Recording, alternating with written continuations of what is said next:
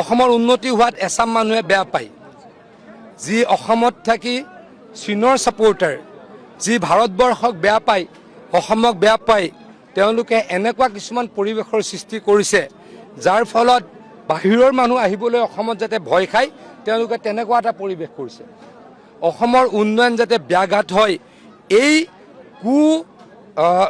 কু ৰচনাকাৰীসকলে কুৎসা ৰচনাকাৰীসকলে এই অসমক বেয়া পোৱাসকলে বাৰে বাৰে এই কাম কৰিছে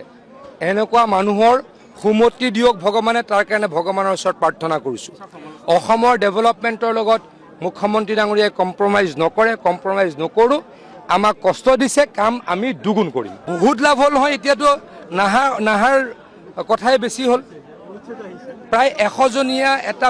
বিজনেছ লিডাৰ্ছৰ টীম অহা কথা আছিলে 100জনীয়া এটা বিজনেছ লিডাৰ্ছ ফ্ৰম জাপানৰ প্ৰাইম মিনিষ্টাৰৰ লগত একেখন ফ্লাইটত অহা কথা আছিলে তেওঁলোকে অসমৰ বিভিন্ন জায়গাত কি কৰিব খুজিছিলে ইনভেষ্ট কৰিব খুজিছিলে লোকচান যদি ডাইৰেক্ট লোকচান হৈছে মৰিগাঁও জিলাৰ লোকচান যদি বেছিকৈ হৈছে জাগিৰোডৰ কিয় জাপানৰ আপোনালোকে জানে সেমিকণ্ডাক্টৰ ইণ্ডাষ্ট্ৰীত কিমান জাপানী এতিয়ালৈকে আহিছে জাপানী সাংসদৰ স্পিকাৰো আহিছে জাপানলৈকে তেওঁলোকে এয়াৰশ্বিপছ কিনি নিব তাৰ ফলত আমাৰ জিলাখনৰ লোকচান হ'ব অসমৰ লোকচান হ'ব এই লোকচানৰ বিৰুদ্ধে আমি একগোট হ'ব লাগিব এই লোকচান যোনে কৰিছে তেখেতলোকৰ বিৰুদ্ধে আমি তেখেতলোকক বুজাব লাগিব আপোনালোকে এইবিলাক কাম নকৰিব অসমৰ যাতে বেয়া নহয়